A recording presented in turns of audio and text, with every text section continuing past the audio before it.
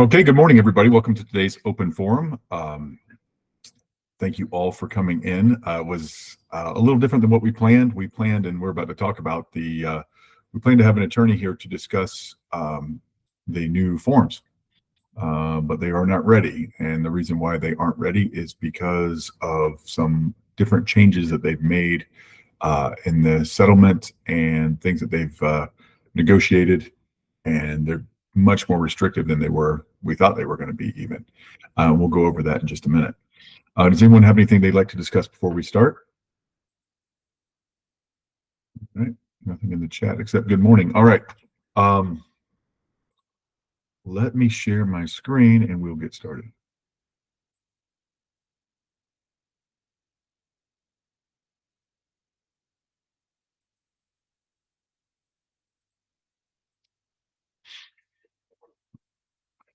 Okay, so you guys all got an email from realtors yesterday, I believe, maybe Monday, but I believe it was yesterday, about they're explaining why they didn't come out with the forms on May 31st as they expected to.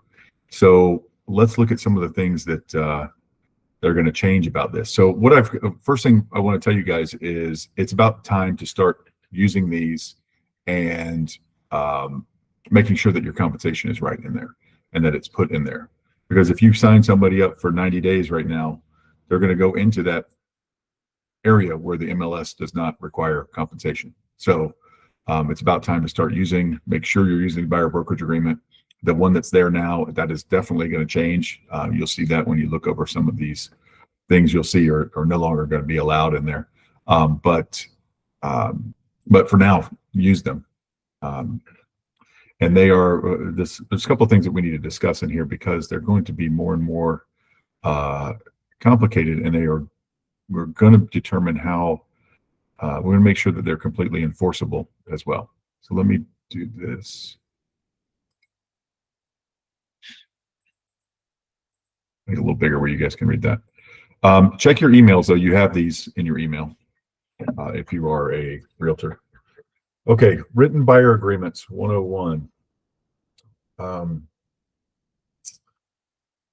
Agreement forms should account for the choice and optionality consumers and real estate professionals have when negotiating the terms of their relationship permissible under state law. So these are things that have been handed down to them, some of them very recently.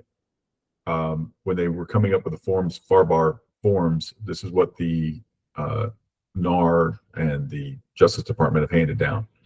Agreement forms should give the real estate professional and consumer the ability to efficiently memorialize a relationship, just mean put it in writing, based on the transparent and clear conversation they have when deciding to work together. Pursuant to paragraph, specify and conspicuously disclose the amount or rate of any compensation the MLS participant will receive from any source. The amount of compensation must be objectively ascertainable and may not be open-ended. For example, buyer broker compensation shall be whatever amount the seller is offering to the buyer. You can't do that. Okay, that's open-ended.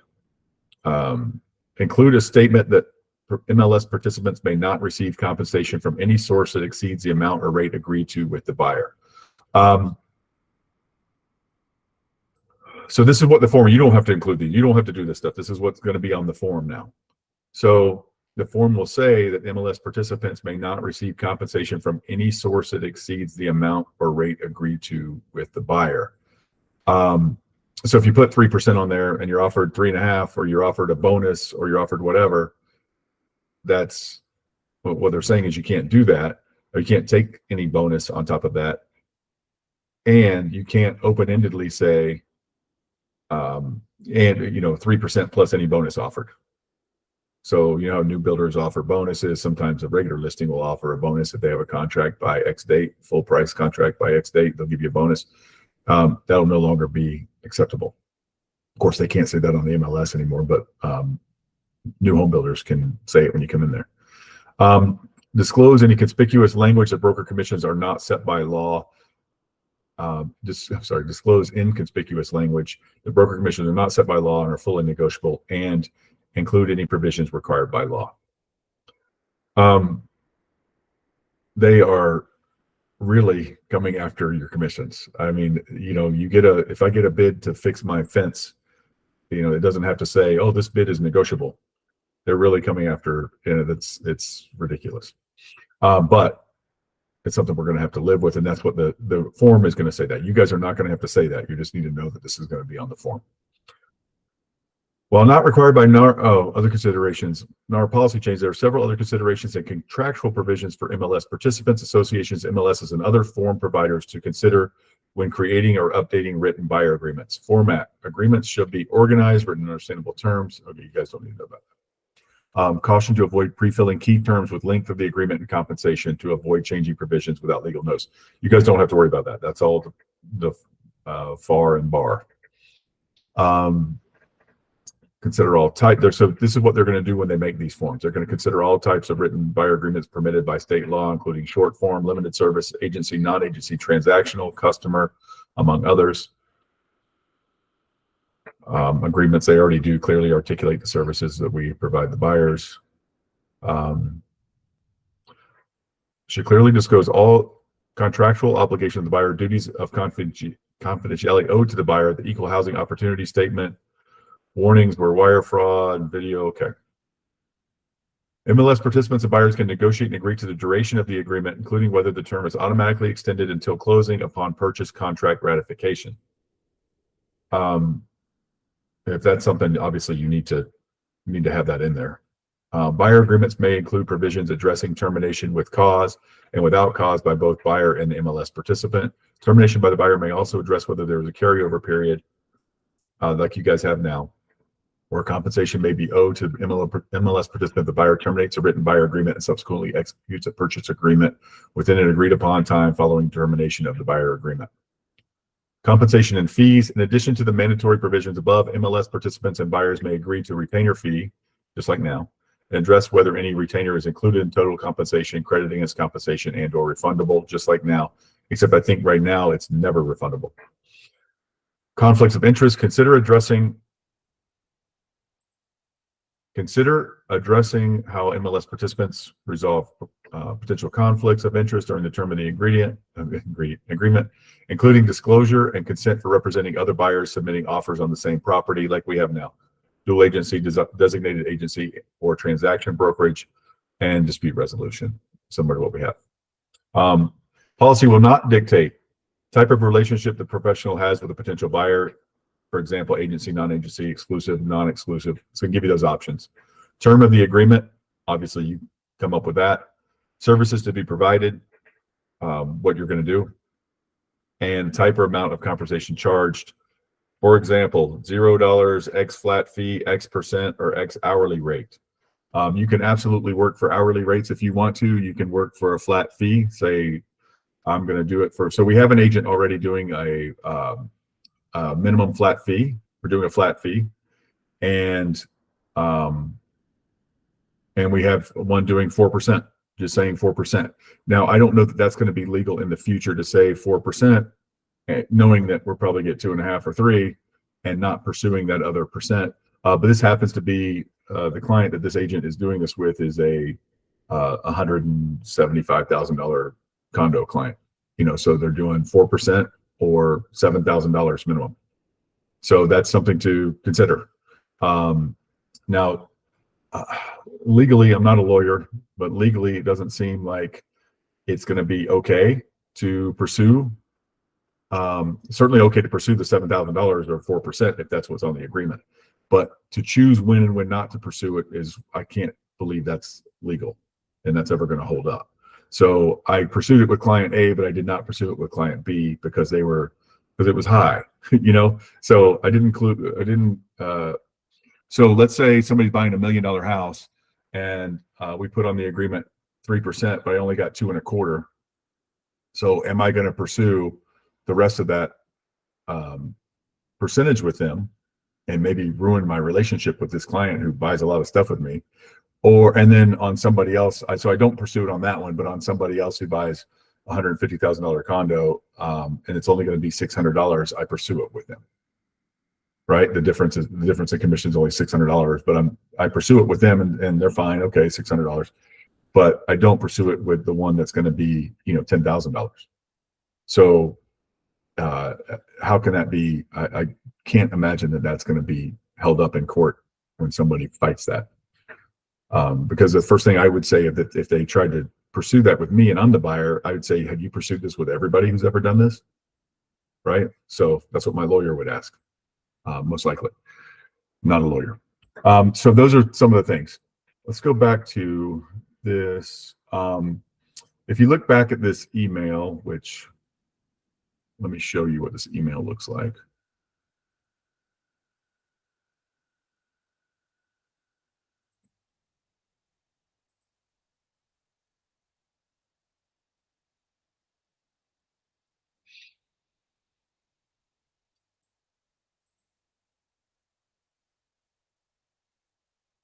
Okay.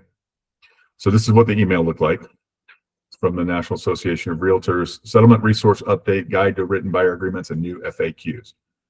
So something of very much interest to us is going to be the FAQs that they added. Another seems like a legal nightmare, but I don't know, not a lawyer. Let's look at these. All right. So they directed you to the new things on steering. What is NAR's policy on steering buyers based on the amount of broker compensation? Now, steering has always been a thing you learned about in real estate school because it's a bad word, about steering your clients to certain neighborhoods or, violating the equal housing opportunity, right? But now we're talking about steering based on amount of broker compensation. Under NAR's Code of Ethics, steering buyers based on the amount of broker compensation is prohibited.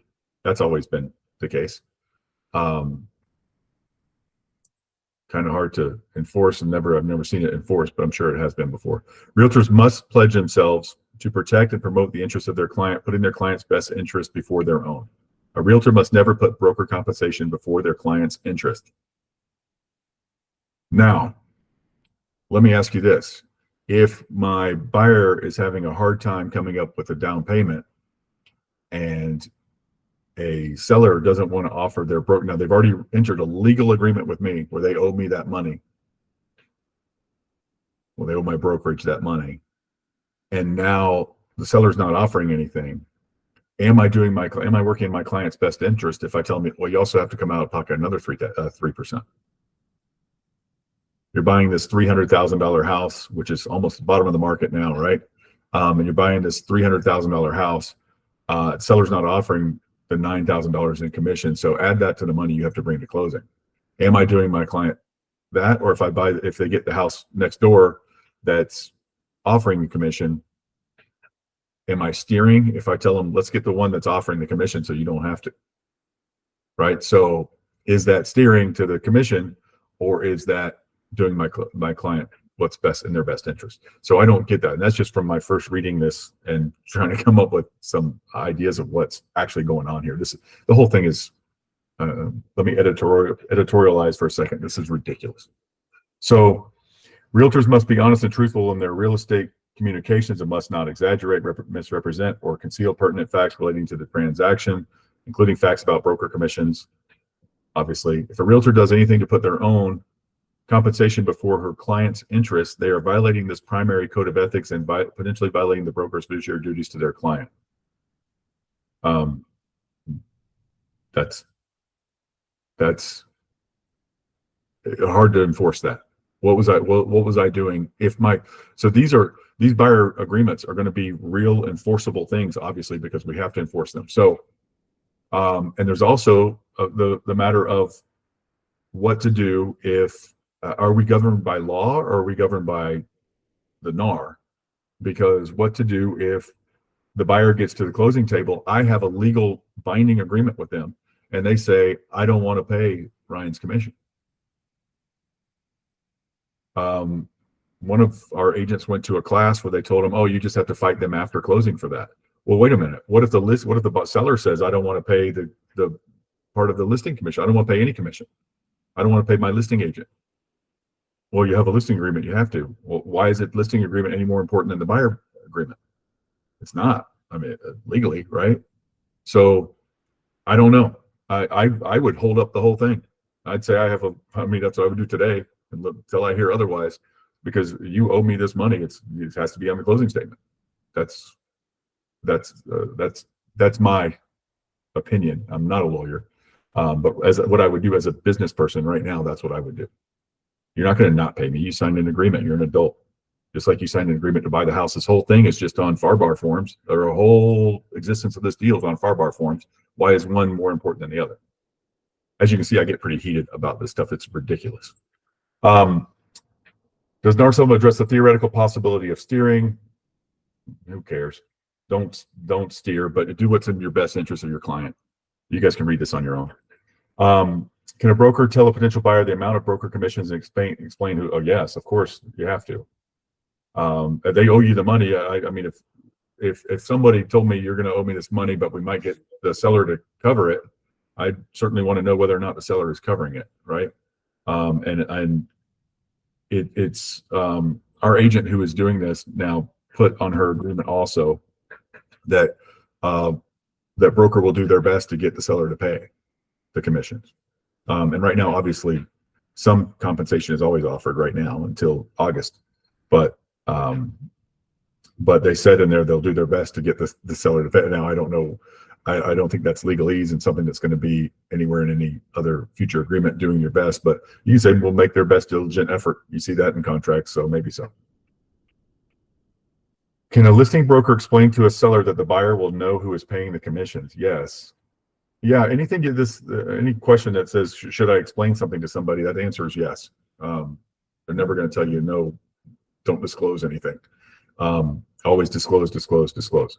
So do you guys have any questions on this stuff? Obviously, we don't have answers yet, but if you have some questions or concerns, let's hear them. Maybe it's something that I've seen or we've covered or we can cover. Anybody have anything?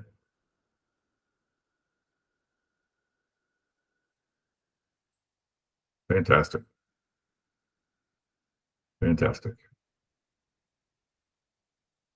All right. Thanks for coming today. Can you post the link to this in the chat? Yeah, okay.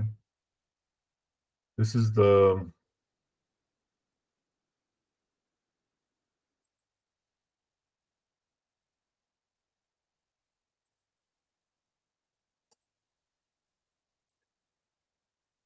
that's this one. I'll do here's the one for the buyer agreements.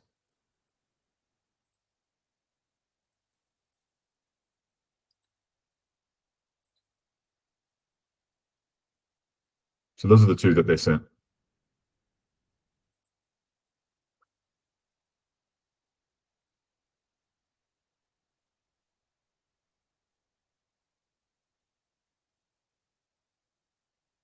All right. Any other questions, comments, any experiences you guys are having where this is getting people asking questions, or anybody have a buyer they have? Yes, Chad, go ahead. Hey, Ryan. When are they going to start? Hear you, but it looks like you're talking. When are they going to start taking the commissions off MLS? And what are going to be Chad? practices when discussing that with listing?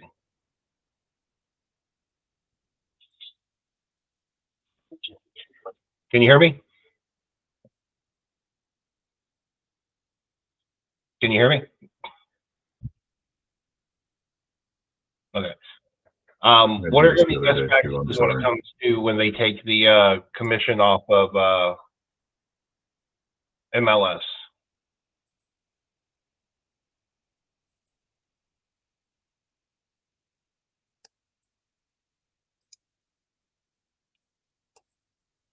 Ryan, you there?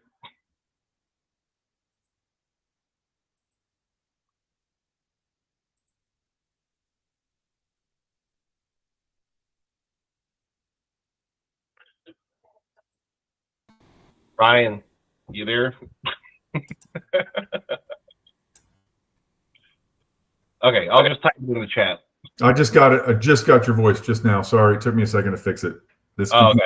I guess the computer defaults to something. I don't know what, but I got you now. So okay, I'm assuming we're going to start taking the commissions off MLS on the first, do we, are there going to be any best practices for discussing with, you know, listing agent, you know, commissions and things like that, or is it, what are we going to do once they start taking those off?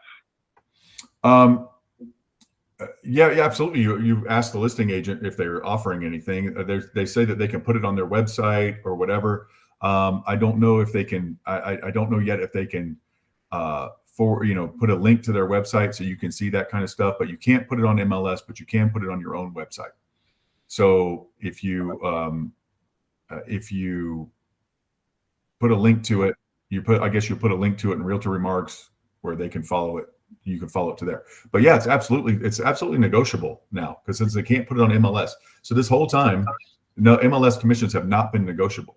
If it was on there, you weren't supposed to argue with them. And you guys did plenty of steering and stuff too. You did plenty of pushing the 3% house over the 2% house, and you did plenty of that stuff because you're human and that's what people do. But you showed them all, but you kind of push one over the other. People have always done that since the beginning of time, which is what you guys told your clients when you went for a listing appointment and said, why are we, 6%? I'm going to offer 3%. Your neighbor down the street hasn't sold in a month and a half because they've been at 2.5%, 2%. They're not offering anything. So or they're one of those, maybe they're a FSBO or they're a limited service, not offering anything. So regardless, yes, absolutely negotiable.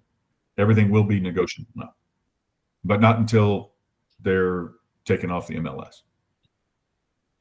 Does that make sense? Is that what you're asking? Yeah, I just want to make sure there wasn't anything from a company-wide perspective in terms of best practices or anything that we had to make sure to stick to on there. There's not yet, and I don't know that there will be anything other than doing the right thing and trying to protect your client, which would be, in this case, your buyer, which would be to say, hey, buyer owes me, 3%. I got to go fight for it.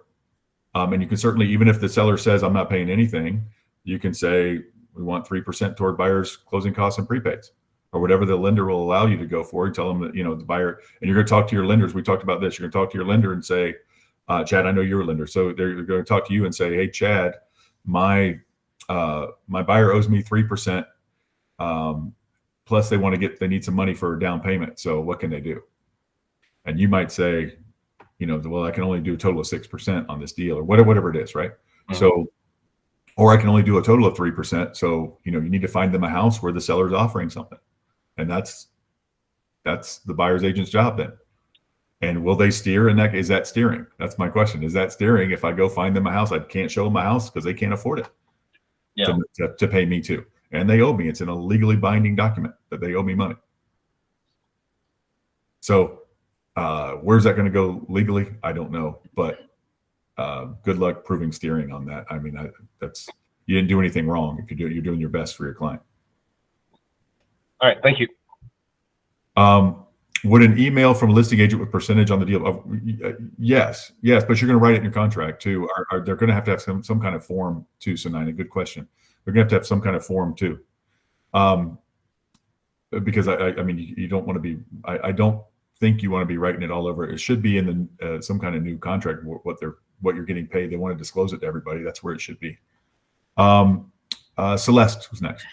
I think you kind of just answered, but my question was, if you have the conversation with the listing agent and they don't want to put it in writing, and then at the end they want to change the percentage, you're going to put it in the contract. Okay. Once that contract's signed, it's done. I mean, it's still negotiable like anything else after the inspection comes back and your buyer wants money, or the appraisal comes back 30 grand low and they're going to cut their price some, they might ask you then, hey, look, I know we agreed to 3, but can we go down to 2.5 or whatever? I'm going to pitch in some, you pitch in some kind of thing. They can do that. Just like always, just like now. Okay. Thank you. But yeah, you get it in writing. So is an email that's, Sanina asked in chat, would an email be okay? Certainly not a phone call. I will put it on the contract. Yeah, the email's fine. Let's put it on the contract. Ann, Yes, I have a listing coming up tomorrow. So is everything the same commission? I still put buyer commission in there. you put their commission. Yeah, you put whatever you're offering. Yes. Okay, so this thing is not happening until July, right? August 17th. Well, Okay. it's the guide on written buyer agreements beginning August 17th, the buyer representative working with a buyer. I didn't read this part to you guys. It's part of the email. Guide on written buyer agreements beginning August 17th, 2024, a buyer representative working with, that's in quotes, a buyer will be required to enter into a written agreement with the buyer prior to touring a home, including both in-person and live virtual tours. I don't know.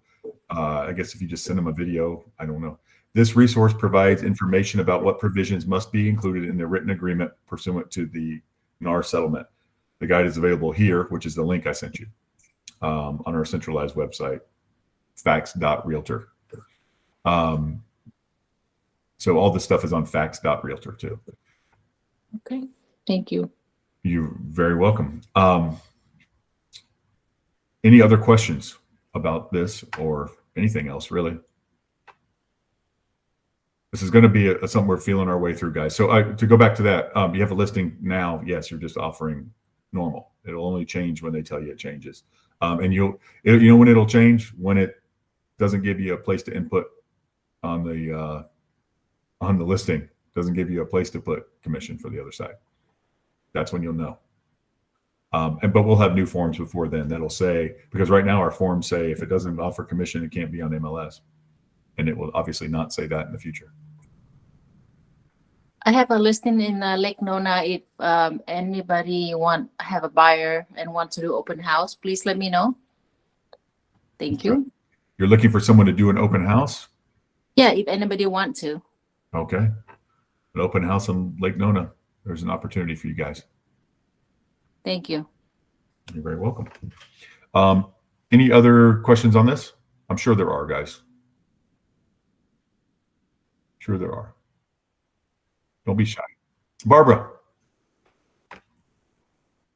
you're on mute this time. It's not my fault.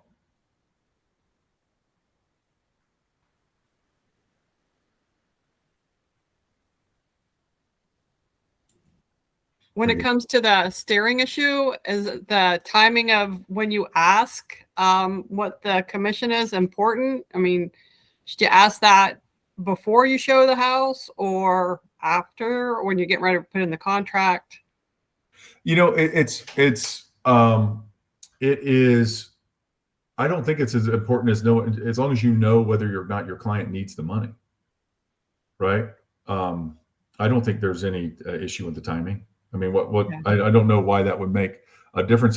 It's either a problem or it's not. I'm either choosing Ann's listing or Chad's listing based on the commission they're offering for my own good or for the clients. But I don't know why would it ever be my own good. The client owes me money. I mean, you know what I mean? So that's like saying, you know, on my listing agreement, I'm going to try to get the seller more money because they owe me money. Is it steering a seller to have them take a higher offer because you make a little more commission? Right. Right. Or you're doing the best for your client. It's kind of the same thing to me. It's absolutely ridiculous. And they're just scaring you with this nonsense. I mean, with this thing, I'll read this. So this is the second part of this email. And I hope you guys have this email. FAQ updates. We've added new material and made updates to the FAQ on facts.realtor. The new material provides further clarity on issues, including steering, which is questions 46 to 49 that we went over, and written listing agreements, questions 50 to 53. And we can go over that too, as a matter of fact.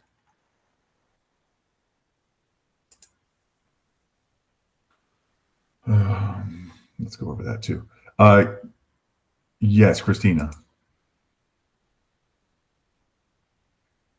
Yeah, I mean, I think I was just, I don't know, I just probably have the same general questions that everybody has. I mean, like the steering thing, and then I don't know if they've fully, you know, like you and I were discussing about the not allowing bonuses. And so I guess I have a question in line with that. Can we, what I was told is, you know, you cannot accept any funds above and beyond whatever your buyer broker agreement is. So could we potentially say up to XYZ? Can we say can we say it's going to be this number and then agree to less? They specifically said in the other one that we just read, they specifically said you cannot leave anything open-ended. So I can't, but I mean, you like, can't say 3% plus whatever bonus is offered. You can't. but could we say XYZ percent? That's like maybe a high percentage, and then agree to less. Like Well, say, so that's the enforceability thing for me. And I'm not. I went over this a little bit ago. I'm not a lawyer, but it Mhm, doesn't seem like we can selectively enforce stuff, mhm, right? Like I enforce on you the 3% because for whatever reason, right? Because I got 2.75 and it was only a $400 difference, so I'm enforcing that on you, right? But Harvey bought $1.5 million house and I only Mhm. got 2.25 instead of 3% that we agreed to. And mhm. so am I going to come after him for $14,250? No, because I love Harvey. Harvey buys $1 million houses all the time, blah, blah, blah, right? So Mhm. I'm happy to do that. I'm also going to sell his old house and, everything else. Mhm. So at some point, somebody's going to say, well, you get to prove that you're enforcing this all the time. If you're coming after, because that's what I would say if I was an attorney and I'm not.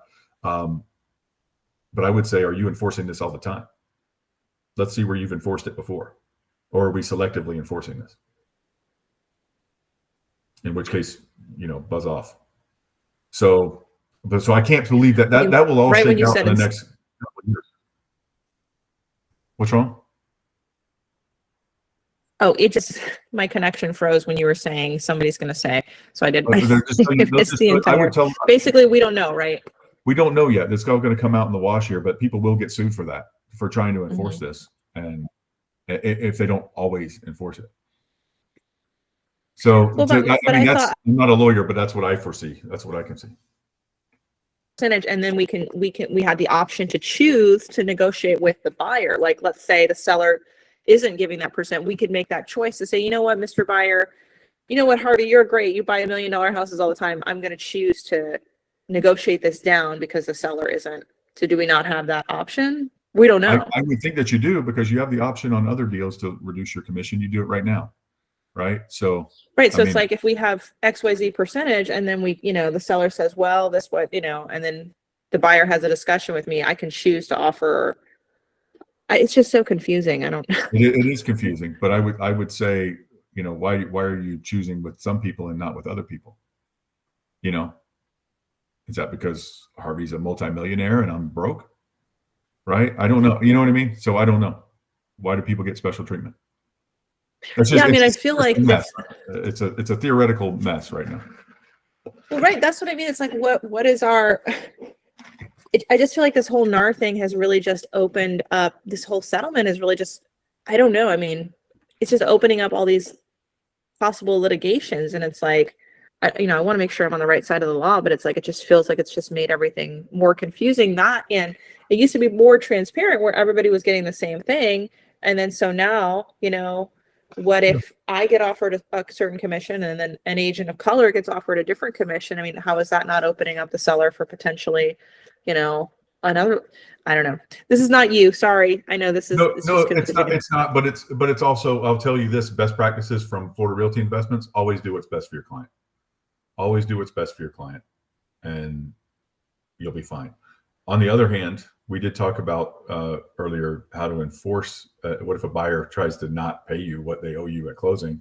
How to enforce that? And like I told you the other day, I would hold up everything. It's just, why is it any less important than the listing agreement or anything else? Right. I agree. But, I think, the Realtor Association was telling me, I think they have, yeah. Well, I guess we'll figure it out. I'm with you. I agree. I think it's the same thing as a listing contract. It's either a legal document or it's not, right? So I'm with you 100%, but Yeah, Then it's on the same form. It's on the same. The form came from the same place the contract came from. Why is one more important than the other? We're abiding by every term on that contract. Why would we not abide by every term on the other FAR form that I used and your listing agreement? What if you had a closing tomorrow and you had the seller, and the seller says, I'm not paying any commission to anybody. Mhm. Say, well, Right. you are. And what would the title company do? They'd say, oh, well, you have to, or you're out of the deal, right? Why would the buyer agreement be any different? So, No, I agree. all right. So in terms of our buyer broker agreement, FRI is going to have, we're going to have a form. Not right away. I don't even know what this is all going to have. This is we plan to, but there are so many changes they keep making to it. We were supposed to have, those of you who don't know, we were supposed to have Dan Villazon on today. He's a attorney who specializes in these things. He's the guy who, when we get audited, we have him come in and walk us through, represent us through the audit and stuff like that, because he just knows all this law so well. This is what he specializes in. It's great. He was supposed to be here today to discuss the new forms that were supposed to come out on May 31st, but they're still giving them directives from the DOJ and from the settlement of what. So is it August now that It's August 17th for now. Yeah. Okay. Remember, it was supposed to be July. They keep changing stuff. So Yeah. moving back. Okay. Thank you. Yeah, present the same options to all buyers. You should be fine. But like she was just saying, Sanjeev, I agree with that. But we don't do that now. Some people we drop our commission, and some people we don't, and whatever. So to take that Harvey's case a little bit farther, what if Harvey's $1 million house was offering no commission, and so now we've got to go after 3% from Harvey. He's got to come up with, but then we don't pursue, $500 from somebody else. Can you put the attorney's info? We're going to have that. Sinaina, he's going to come in here. There's no reason to contact. This is what he does for brokerages and stuff. He can't help you with that. We have other attorneys if you want to use somebody for something else. Dan will give you all his information when he comes here, but you really only need him if you go to FREC or you go to the board for some kind of problem that you get into, some kind of hot water that you're in. It's what he specializes in. He's not like a land use guy or a eviction guy or anything like that. He won't help us individually unless we have trouble. You don't ever want to have to hire him.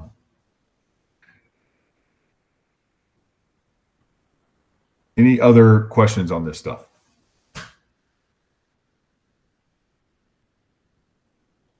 I don't know. I guess so. This is just facts.realtor. I guess I'm just, I'm just trying to figure out. So this is just ever evolving. Cause I was talking to you, I was telling Ryan, I went to the Aura buyer broker agreement class. I thought it was good and informative, but they're saying things like you can't accept a bonus. And it just feels like it's all still evolving. So I'm just trying to find a best practices thing. But even when realtors are putting out their best practices, I feel like there's still just a lot of gray area because I want to try to do the right thing, but it's just still ever evolving. If this becomes a thing, Christina, and it will become a thing, they just won't offer bonuses anymore. I mean, nobody's going to, right now, there's some bonuses on a regular houses out there, right? But they won't even be allowed to put that in there, obviously, because they can't say anything about commission for regular people. And then builders are going to realize that buyers agents can't take bonuses, so they'll stop offering. Maybe they'll offer 3.25% instead of 3% and stop with the bonuses. So right now, go ahead. I'm sorry. I was just saying right now, I know I had received emails, I think, from homes.com or sold.com or something like that, where they're I forget, there was another one where they're we're going to be displaying commissions. Is Zillow opting to do that? I mean, we can still display, commissions for buyers agents on other sites, right? On our own website. Of course. Yeah. Okay. Yeah, well, that's what you're going to do. You're going to direct people to your website on your I don't know if you can do it in Realtor Remarks or whatever, but check out the property on this website. You can't say check out the commission. Check out the property on this website, and every agent will know to click there to go see what you're offering. Okay, mandatory provisions. Ida, you asked a question. Why not accepting a bonus? Can you elaborate? I think bonuses will go away because of this. Specify and conspicuously disclose the amount or rate of any compensation the MLS participant will receive from any source. You don't know yet. The amount of compensation must be objectively ascertainable and may not be open-ended. For example, the buyer's broker compensation shall be whatever amount the seller is offering to the buyer. Can't say that. You have to put an amount on there. include a statement, MLS participant may not receive compensation from any source that exceeds the amount or rate agreed to with buyer. So Ida, if you put them down for 3% and you take them to DR Horton and they're offering you 3% plus $5,000, you can't do that. Can you amend the agreement? That you can do. And the buyer will say, so you're getting that $5,000 and I'm not. But regardless, it's, right now, buyer doesn't even know you get $5,000. All right, thank you. So that's the answer to that. But that's all going to be on the form. It'll be in black and white on every form. You don't have to, none of the stuff that you're going to have to put into the form. It's all going to be on there. So this is why it's taking longer. They keep changing this.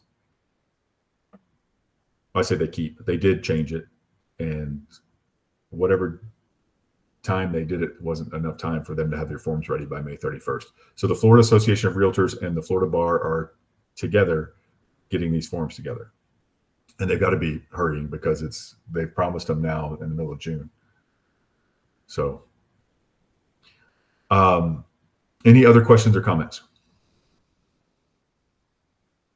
I mean, I guess my thoughts would be like, I don't know if there's any things that, you want us to be from like you and Carissa, like that you want us to adhere to. I mean, if there's any best practices that I know it's just an ever evolving situation, but I just want to, I don't know if you had any thoughts on that. Yeah. Be diligent and get things in writing and put it in. And for now, all I know is to put it on the contract. And I don't know if there's going to be a better way than that. That's what I'm waiting to see too. They've got to make changes to everything, really. There needs to be a blanks on the contract to say, seller's offering buyer compensation of this much, and they can absolutely do that. Not offering, they've agreed to this much, right? Because it's on the contract. So I don't know. Otherwise, you're writing it in the additional terms, with a concession or with whatever. But there's no law that says you can't write your commission on a contract. There was an MLS rule and a NAR rule that you couldn't before because you couldn't negotiate that. There was no rule you couldn't write it. And you always could have written it. It was considered bad form, but you could have always written it on there that if I was offering 3%, you write it on the contract, then who cares, right? It's just out there for buyer and seller to see now. It was considered bad form, but now it should be considered good form. It should be as disclosed as it possibly can be. So I would be surprised if there isn't something like that on the contract. But just disclose everything. Tell your buyers. You've done a great job of that. I was very impressed with what you did with your buyers. Letting them know how much you're going to be making and how you're going to get paid, and I'll do my best to get it from the seller, so you don't have to come out of pocket. But this is what I'm getting paid. This is what I'm going to do for you. That's what those forms are. That's what all of this is about. Is they're going to put it in the form. This is everything I'm going to do for you, and it's already in the buyer brokerage agreement. But it's I don't know if they're going to expound on that or not. This is what I'm going to do for you, and this is going to be, and this is what I'm going to get paid for. That's best practice. So this is all the stuff I'm doing, and this is why you're paying me. And I'm going to send you every, in your case, every condo that meets your needs, and we're going to negotiate the best deal for you that we can possibly get. And I'm going to get the seller to pay me if I possibly can. And obviously right now you obviously can because they're offering a certain amount, but you're going to try to get them to cover the rest of it, right?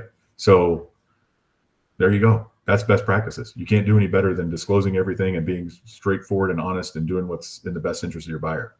And if your buyer agrees to pay you 4% or $7,000 or whatever it is, wonderful. And they did. So that's great. Yeah. So it's okay. Even if I get to it's okay to say this is the thing, but if the buyer's like, wait a minute, XYZ expense, I didn't expect it. And I said, oh, okay, well, actually I'll do it and reduce it. So we're still okay to, that's what, It definitely is now, but there's not anybody else going to be fighting you on anything. You're not pursuing it with anybody else right now. So there definitely is right now. You can always drop. We can pay if you have Michaela write you a letter, you can give all your commission to the buyer, right? Mm-hmm. So okay. You can do that if you want. You can give them $500. You can get them whatever you want to do. Gotcha. For now. And I think that's probably be the case always. But I was just saying, if in the case of chasing this money down, I think that's maybe why they haven't been considered super enforceable before, is because if you fight them, they say, well, they don't always do that. Right. So, they say the law says it's negotiable. Well, they don't let me not pay for my fence repair, my new fence in my backyard, I don't get to pay them half of it and say, well, you know, Yeah. it's negotiable. So The Thompson broker option, it like, doesn't get you anything out of anything that says MLS participants on here. I've been reading this carefully because of that, but it does Mhm. get you out of anything that's NAR. NAR says, Code of Ethics says, et cetera. Yeah. Because you're not in the Code of Ethics, you're not NAR. But so consider that. But you see here, you know, while not required by NAR policy change, there's several other considerations and contractual provisions for MLS participants. So they've made it a lot of it for MLS participants. I don't know if you guys saw, what is it? Is it MLS pin? But there's an MLS pin, or there's an MLS that's saying we're not gonna comply. I haven't seen that. It's in, I think, I want to say it's maybe Northwest or North. Yeah. There is an MLS that came out, and they're like, we're not going to comply. And I think there's maybe some sort of litigation pending with that, but basically they're saying we're not going to follow this. Well, almost all MLSs are owned by associations. So like ours is all owned by the associations that you guys belong to that are part of the, I say ours, the Stellar is, all of them are actually, everyone that you guys are in. Maybe all of them in Florida, but all the ones that you guys are in, obviously the Stellar, which covers Orlando, Tampa, down to Sarasota, but also Jacksonville is, and Miami and everything in between, Space Coast. So everybody within the sound of my voice is in one that's association owned. They do begrudgingly allow the Thompson brokerage because they have to. Mm-hmm. But all of these agreements and stuff, I've been looking for that, and they all say MLS participants. So this is anybody in here. But some of the steering and stuff is NAR stuff from Code of Ethics, NAR. Steering is a bad word legally, you know, like you guys learned in school, because that's actually illegal. It's a violation of HUD. It's a HUD violation of the equal housing. So, but that's not the same thing. That's based on protected classes. That's not based on percentage of real estate commission, which is ridiculous. So any other questions or comments?